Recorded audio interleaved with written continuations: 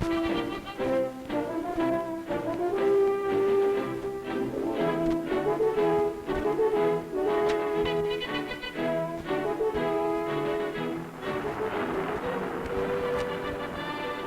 is a motion picture about helicopter rescue procedures and their important role in the air rescue mission to locate, to aid, to return to safety the victims of disaster. This is the SH-19B, but the procedures you'll see will usually apply to all helicopters. Our purpose is to show you pilots the rescue procedures that will help you to accomplish this mission, to best use your training, skills, and equipment so that others may live. We'll do that by making you the pilot, fairly new to air rescue, proficient in practice, but untested in action. This, then, is your first alert duty day. You, your co-pilot, and your paramedic begin with a complete visual inspection of the aircraft and the standard mission-ready equipment. Although the best maintenance in the Air Force has pronounced it ready, you follow the first axiom of rescue procedures. Double-check everything. You go by the book. You check it, your co-pilot checks it. A simple mechanical failure can mean a victim instead of a survivor. The survival equipment comes next. This is the business of the pararescue technician. It's your business as well. You check it with him. Note the inspection tags on the exposure suits. Be sure the packages are secure. Inspect the May Wests thoroughly, especially the inflation capsules.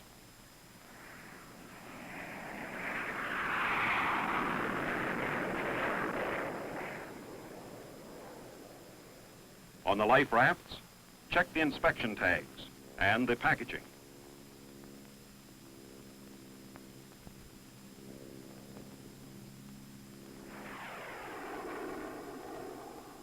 Open the pyrotechnic kit.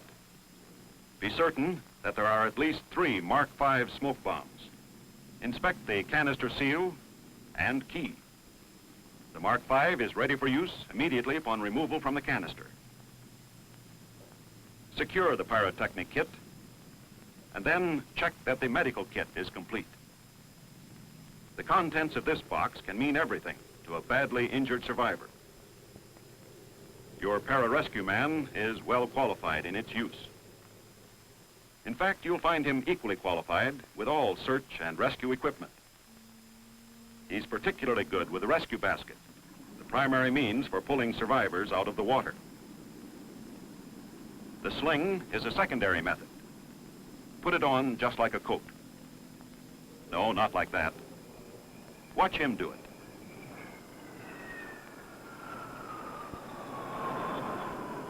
Now try it. Good.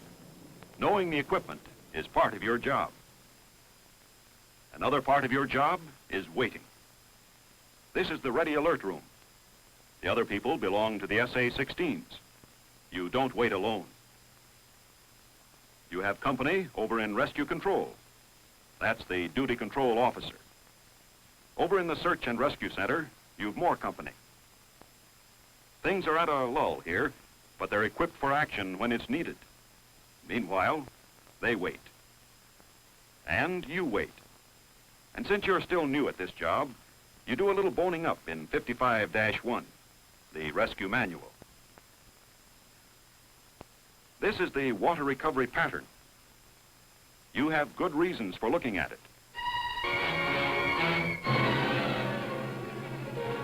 Reason number 1 is coming down over the Pacific.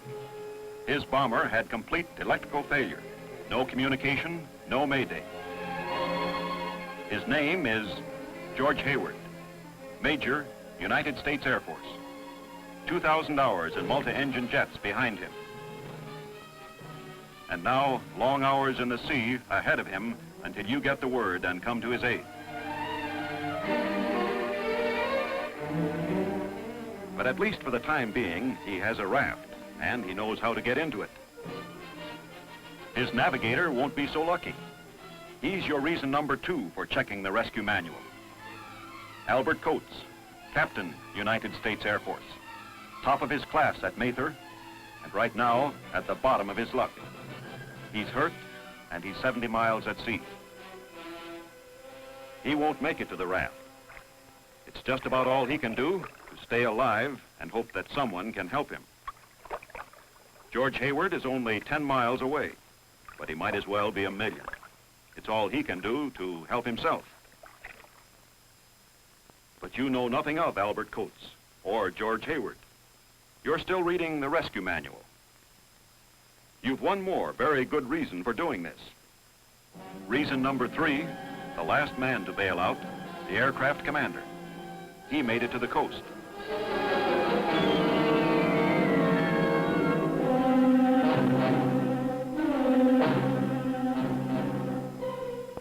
His name is Philip Wilhite, Major, United States Air Force. He's stuck with the ship, and now he's stuck in a tree. Here he must wait for the first phase of the rescue mission to begin. Notification.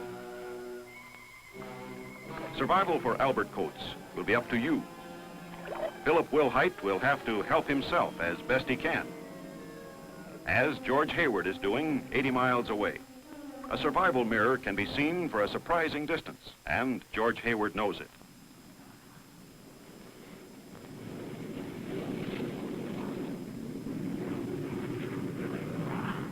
Now someone else knows it, and they're doing something about it. Almost immediately, the Search and Rescue Center will get the word, and they'll pass it on the hotline to Rescue Control. That's when you get the word. And now you do what you've been trained to do. All you need is a briefing from Rescue Control. The crew will start the aircraft while you're being briefed.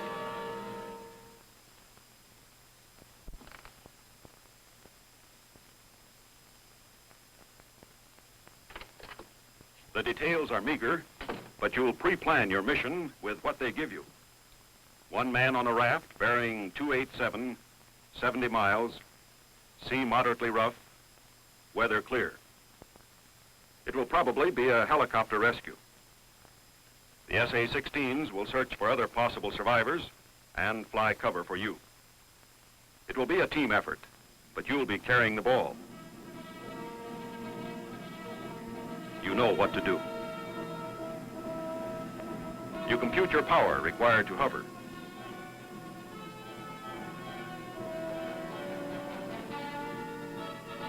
You estimate your time en route and fuel requirements. That's it. You know that you can do the job, and you go.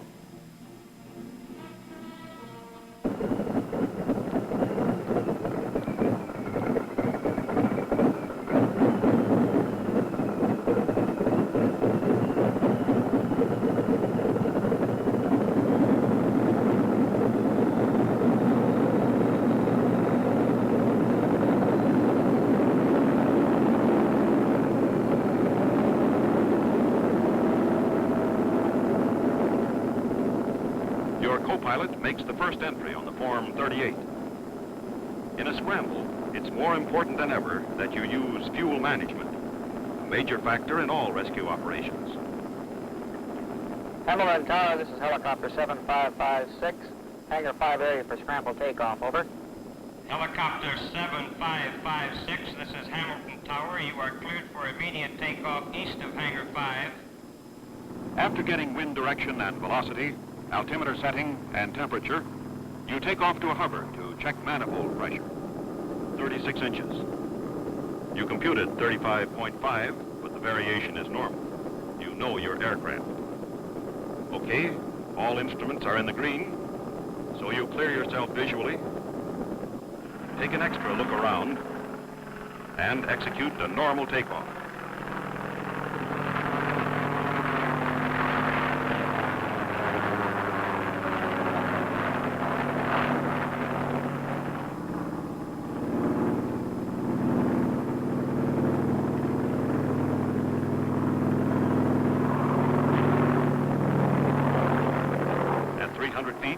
turn on course and call the tower. Hamilton Tower, this is helicopter 7556 off at 20. We cleared from tower frequency. Helicopter 7556 off at 20. You are cleared from tower frequency. Now, a check with rescue control. Rescue control, this is helicopter 7556 off at 20 on a course of 287 degrees. Do you have any further info on the bailout? Helicopter 7556, this is rescue control. Negative on further information. Proceed on course and remain on this frequency. Your escort aircraft will be airborne in a few minutes. Over. Roger.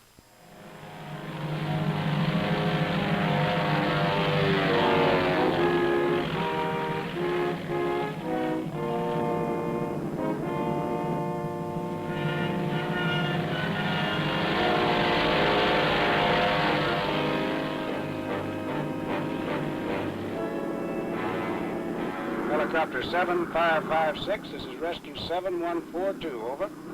Roger, Rescue 7142, this is 7556, go ahead. Helicopter 7556, we are now in escort position and will remain on this frequency, out.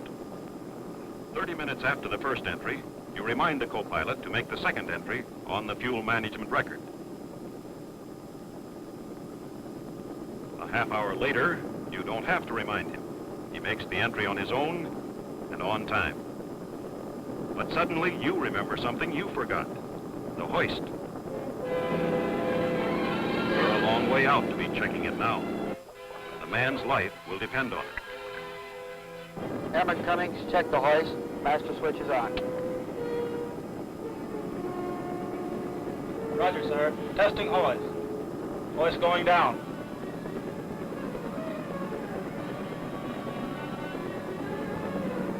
Hoist coming up. Hoist operating properly, sir. Roger, check the shear circuit.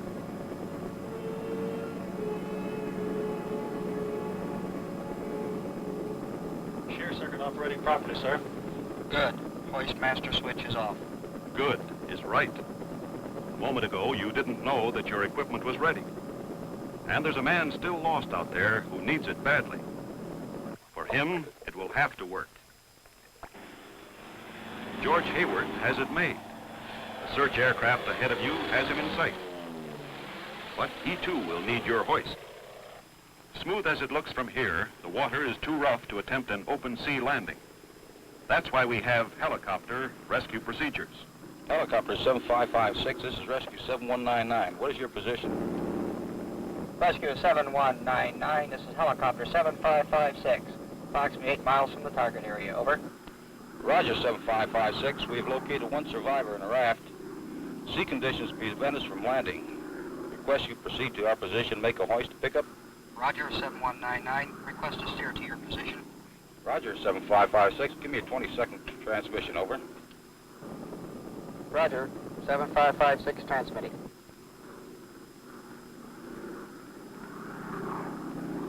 This is 7556, over. Roger, 7556. Steer 255 degrees from your position. Over. Roger, 7199. We are turning to 255 degrees.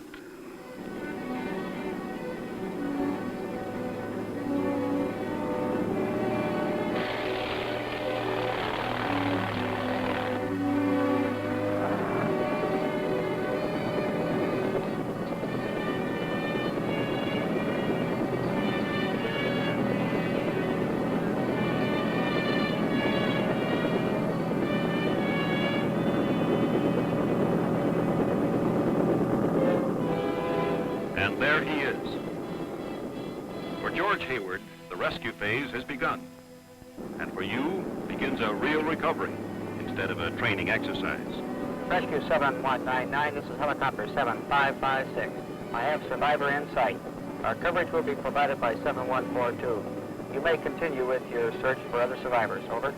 Roger, 7556. I will continue with the expanding square search. We'll remain on this frequency.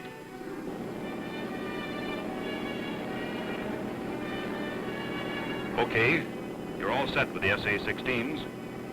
Now you inform your crew. We will be making a hoist recovery. This pattern and approach will be the same as we have practiced. All set? All set. All set, sir. Roger. Prepare to drop the smoke bomb. The smoke bomb is ready, sir. Roger. Drop the smoke when over the raft. I'm turning into the wind. Just as you've practiced, you begin the smoke placement phase sufficiently downwind to permit a straight-in approach into the apparent wind direction. You keep the survivor in sight. Your pattern altitude is 300 feet. You're indicating 65 knots.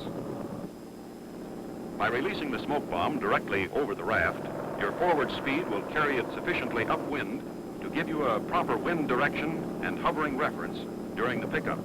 Smoke bomb away, sir. From this point, you fly straight ahead for 20 seconds, maintaining 300 feet altitude and 65 knots indicated. At the end of 20 seconds, you execute a 90-degree turn to the crosswind leg. You fly this leg for 20 seconds. The timed intervals of the rescue pattern are designed to allow sufficient time for smoke activation and to give the hoist operator the necessary time to prepare for recovery.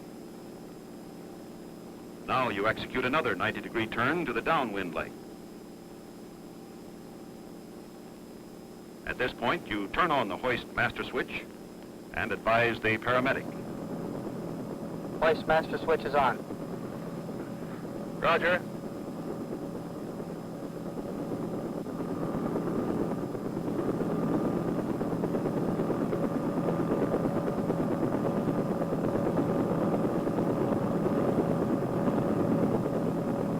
The basket is ready, sir.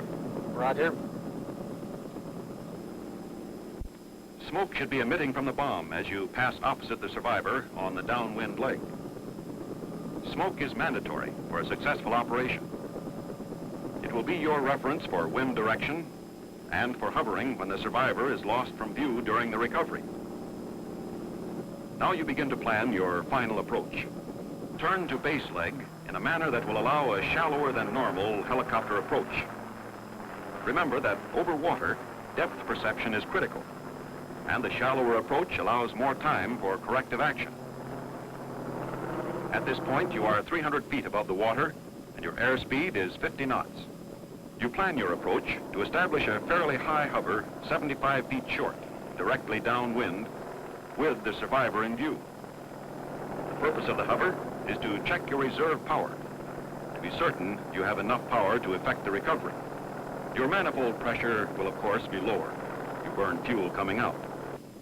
33 inches. Good. Now instruct your crew. You monitor RPM and engine instruments.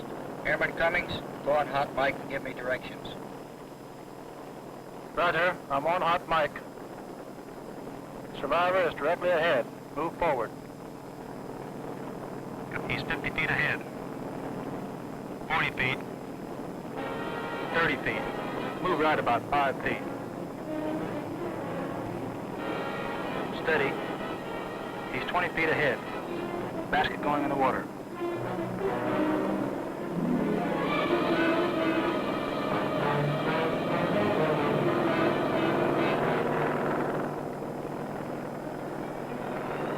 He's 10 feet ahead, slightly right. Hold it.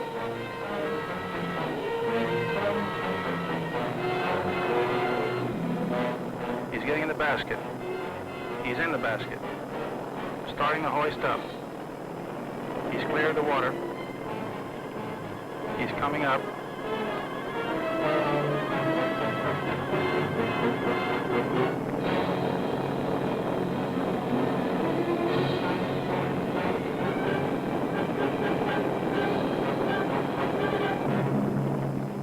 He's inside. Going off hot mic.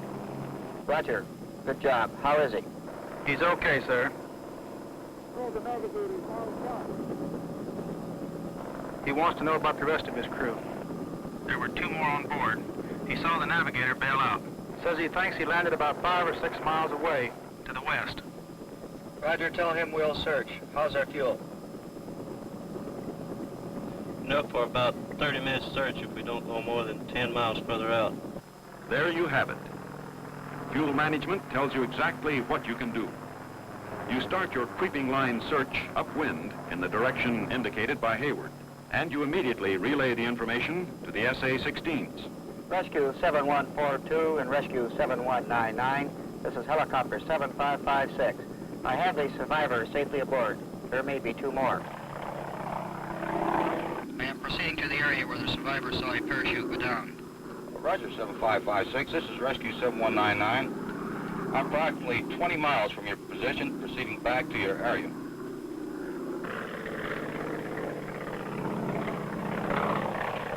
Roger, 7556. This is 7142. I will maintain escort position. Searching the surface of the ocean for an object no larger than a man is a difficult job, especially if the man cannot make a move to increase his visibility. That is the reason for the creeping line search, a series of dog legs 1/2 mile apart at the course line that gives your crew optimum opportunity to scan the surface. The 1/2 mile distance between legs gives a complete and usually rewarding coverage. I'd like to see a raft about 3 o'clock. Roger, I see it. It's empty. It's upside down. I'll fly over it. We'll search directly upwind. Keep a sharp lookout. Roger.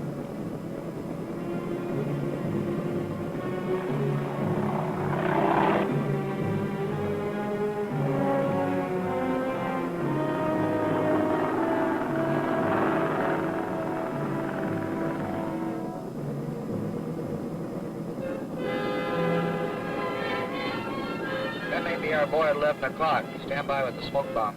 Roger. Ready with the smoke bomb, sir.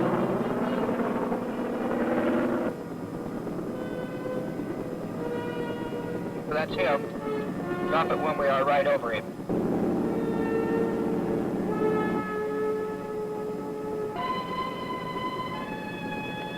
Smoke bomb released, sir. I couldn't see him moving. Looks like he's unconscious. Roger, you better get down in the cabin. A man inert in the water presents a special problem. The paramedic will have to go after him. The co-pilot will handle the hoist. You fly the prescribed pattern while they get ready in the cabin.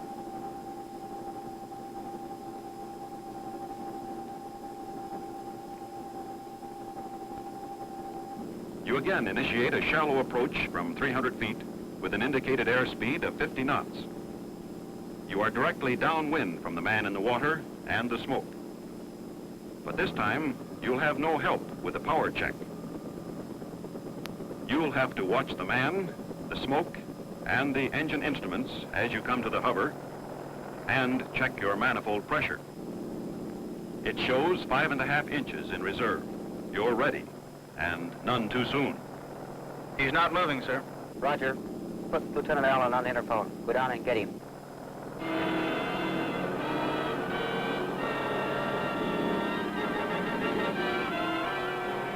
I've got it. Going to hot night. Roger, commence your directions. Paramedics in the best. Move ahead about 70 feet. Survivor is 30 feet ahead. Steady. 20 feet. 10.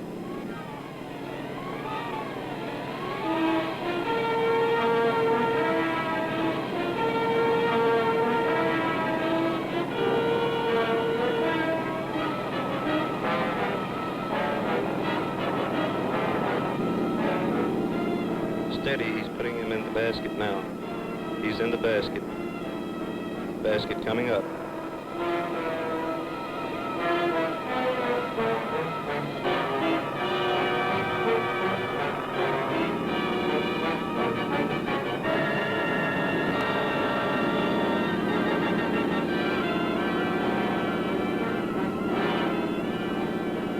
Basket in the cabin.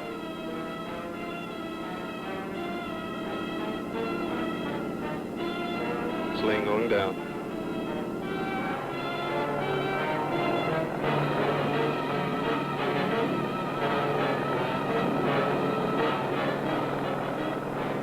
Steady. He's getting in the sling.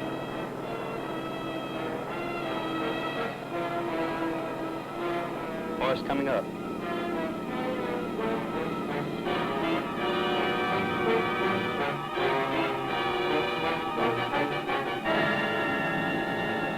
Paramedic is in the cabin.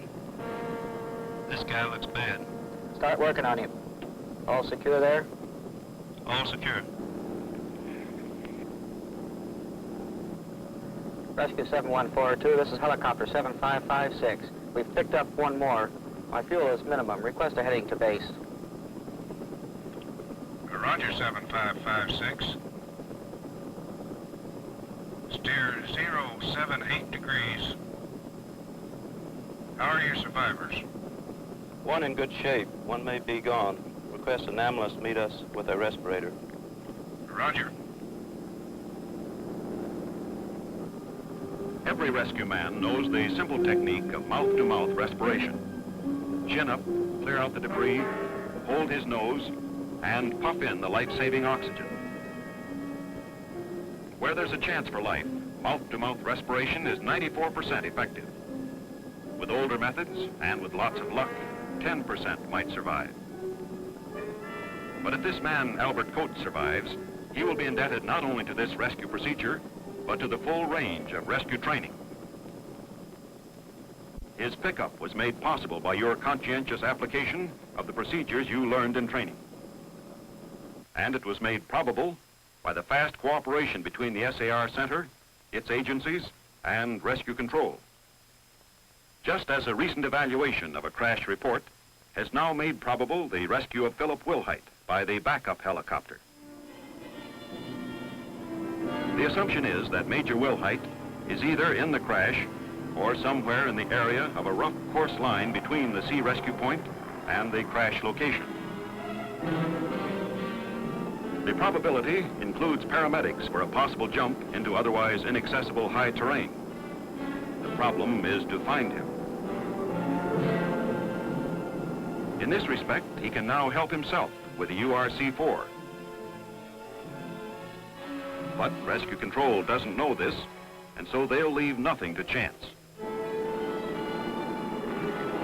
As you cross the coast then, your escort will turn around to continue with the sea search. In the backup helicopter, the pilot will listen on guard channel throughout his contour search. And as long as there is a chance to find the man below, he'll keep looking and listening, following standard procedures. Just as you did. Standard operating procedures are the best guarantee of a successful rescue operation. If they were not, Albert Coates might not now be breathing almost on his own. And Philip Wilhite might now be talking to the empty air instead of the backup helicopter. I see you now, rescue. Turn to your right. 20 degrees to your right. That's it. You're headed right for me. Okay, I see your chute now. Are you injured? Over. My leg's broken. Can you get to me?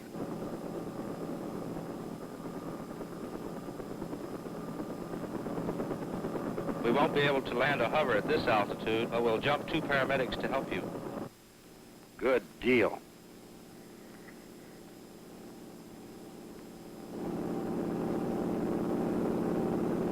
A jump master will always drop a spotter chute to determine a windage, a critical consideration for jumpers. In addition, the jump master must know other jump limitations, such as minimum altitude above the terrain and airspeed between 45 and 70 knots, never lower than 45. The takeoff limitations for the aircraft itself must figure. For example, this operation needs a lower altitude rendezvous area that will permit takeoff with critical load. Jump master, inform the paramedics that I'll land in the clearing below after they jump. I'll wait for them to bring the survivors there. Do you understand? Roger.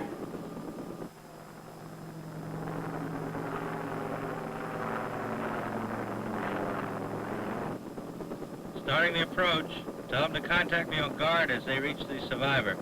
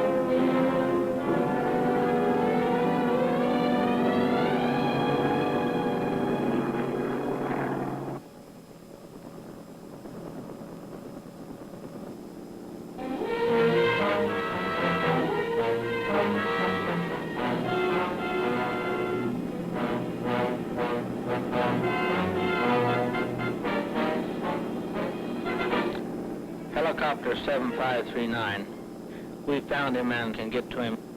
Roger. I'll meet you down at the clearing. The downhill rendezvous is an important rescue procedure. It's the safe way. That's the way this pilot is playing it.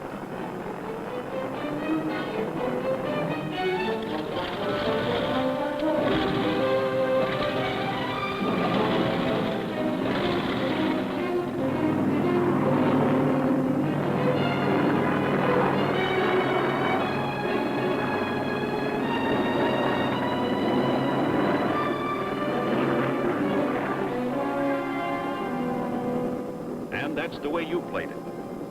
You followed the proved, safe rescue procedures that older and more experienced hands fashioned for you.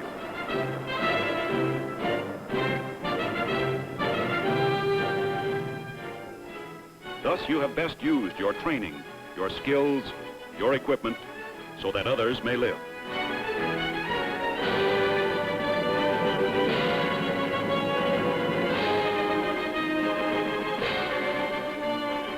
The men you have rescued will take off again. And you and others like you will be there to bring them back when they need you most.